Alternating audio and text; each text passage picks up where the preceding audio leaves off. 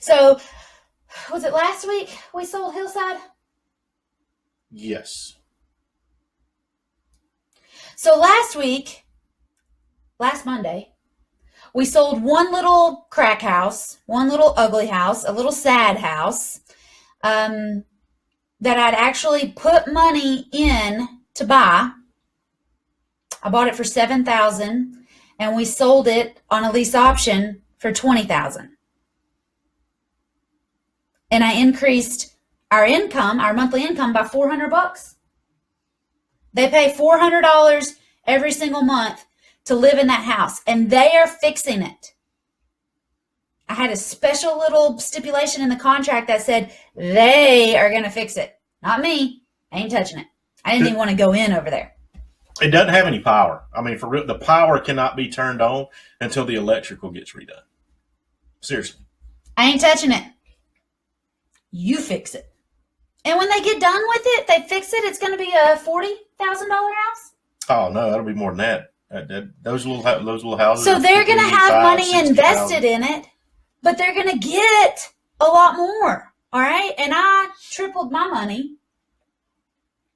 And if not, I'll find somebody else to do it again. And I hear people all the time say, no way, no way. So let me tell you about this, okay? The couple that bought it, they're married, but they've been living with family, okay? And we all love our family, right?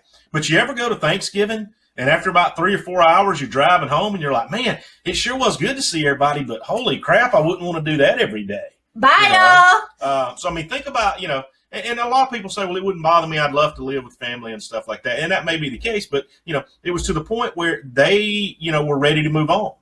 And they didn't want to do anything else. They said, we've rented in the past and we felt like we're not paying equity, so we're just throwing our money away.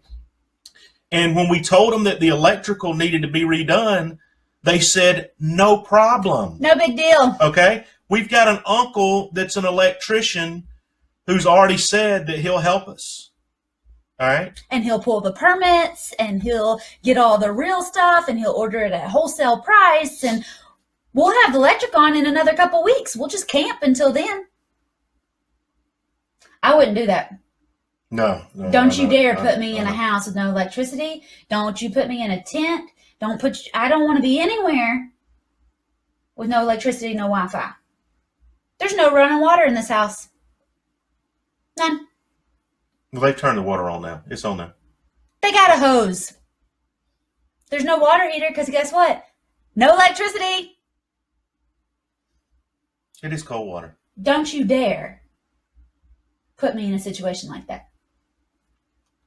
And them's fighting words. But these people wanted it. It was their dream. They got crappy credit. They're great people. They will probably buy the house. Great. Congratulations. Go take it. I don't care. I'm making a lot of money on that. So please fix it. Live there forever. And the outside had been redone about 7 years ago. To be honest with you, outside, other than really needing some new windows, which, $1,800 or so? Not too bad. So these people are probably going to put, by the time it's all said and done, $10,000 to $12,000 into it, and they'll have a $55,000, $60,000 house. So they got a good deal. They will have built equity through sweat equity, right? They got a great deal. So, good deal. It's what we talk about, one of those win-wins, right? Win-win-win. My seller was going to lose this house to a tax sale, so he was going to get no money. He ended up getting like $3,000. The taxes got paid. I got a house. My tenant buyer got a good deal. Everybody was happy. Win-win-win. And this is one of those things, guys, that I want you to always consider here, because we learned a lesson on this one, and this is something I hadn't thought about before.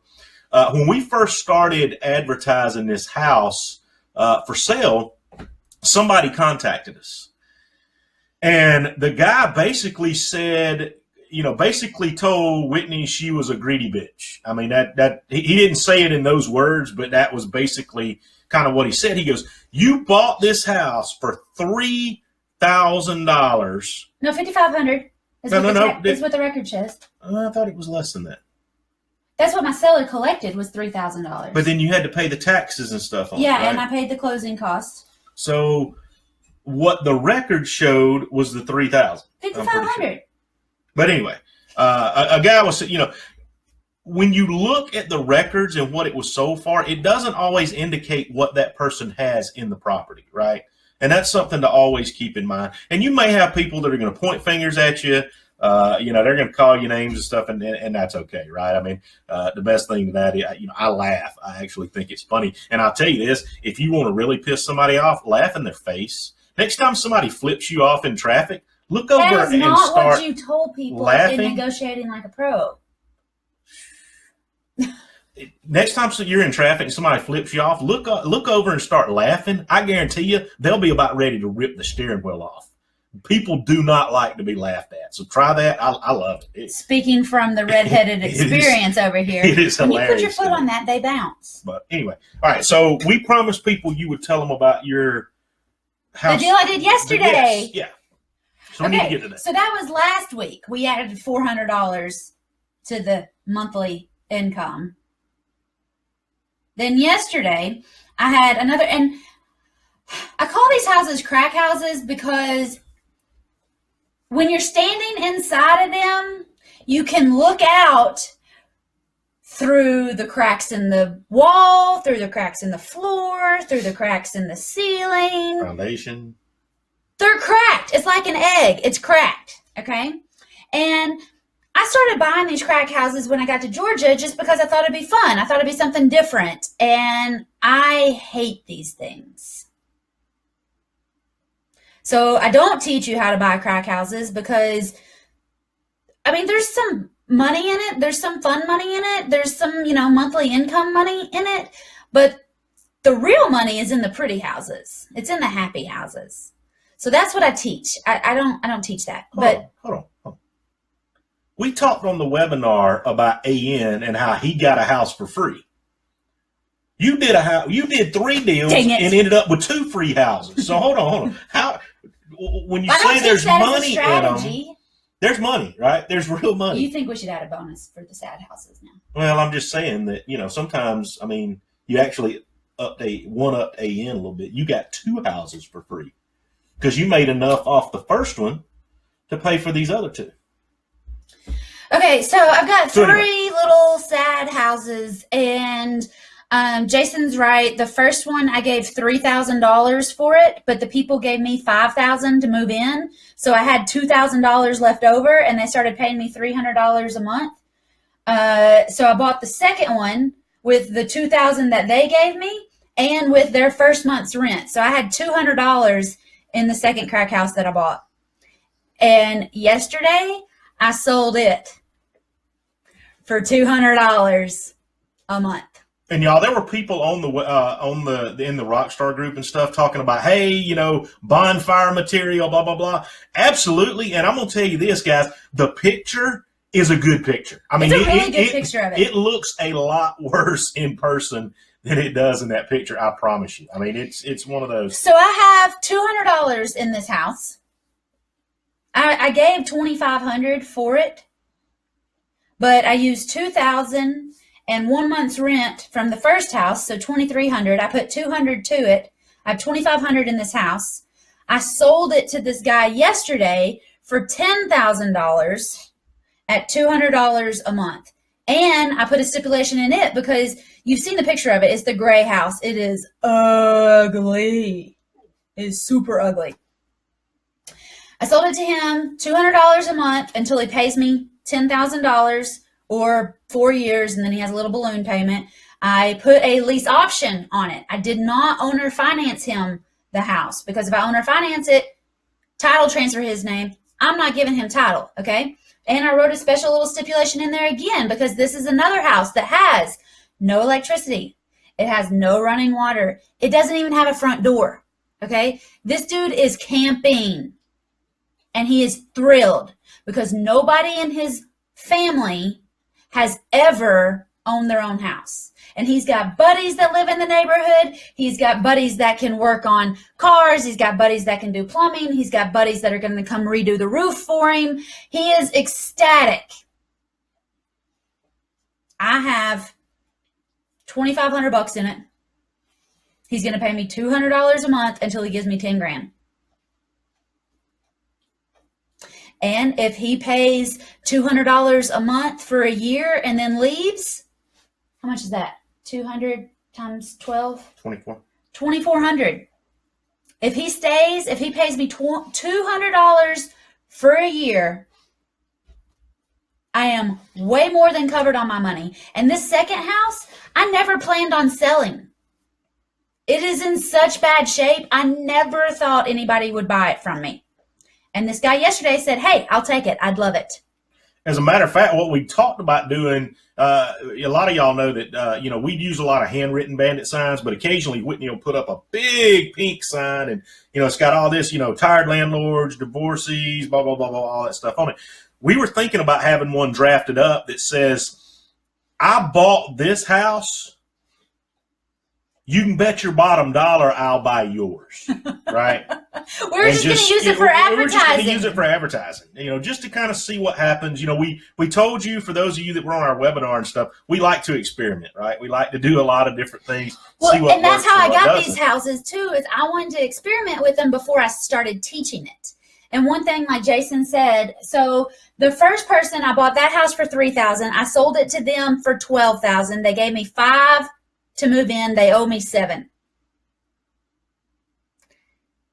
So that one, I'm clear, all in the black on it.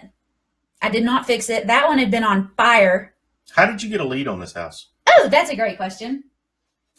I was wearing my button, hanging out around the house. I think I was unpacking, wasn't I? Probably. And the yard boy came over. The guy that mows the yard. Not Jason, he doesn't mow. And he was like, hey, see your button says you buy houses. And I was like, yeah, do you know anybody that's got one they want to get rid of? He was like, well, I've got 13 houses. And I was like, you're about to have less.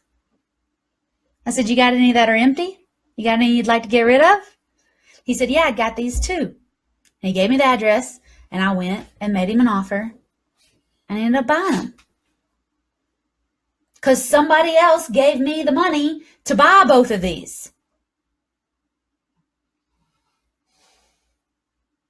The third house I got, the second one, the gray one, the one that I sold yesterday, I put a boosted Facebook post up that said, hey, I'm looking to buy more like this. And somebody that I don't know on Facebook, I spent $15. I didn't put a bandit sign out. I didn't do any of that stuff. I spent $15 on a boosted Facebook post. And somebody called and said, hey, yeah, I got this one. It's going to the tax sale unless you can buy it before then. They originally wanted $10,000 for it. And I originally agreed to it because I thought I was going to have 45 days and I was going to sell it off to somebody else in the meantime. They came back and said, that won't work. We need to close next week. And I said, well, I can only give you 5. Cut it in half for a fast close. And they took it. 55 is what they took. And then I sold it for 20. What do we talk about in negotiating like a pro? They needed me worse than I needed them. That's absolutely right. And there's people out there, okay? And I hate using these little dinky numbers as an example, but I also want to show you how, guys, I got, like Jason said, I've got 3 houses that are almost free and clear. By the end of the year, they will all be free and clear, and they're going to bring me $300, $400, and $200 every single month. 3 houses. $900 a month. I'm collecting $900 a month. Free and clear. That means I can buy first deal done fast every single month. And just do more and more and more deals.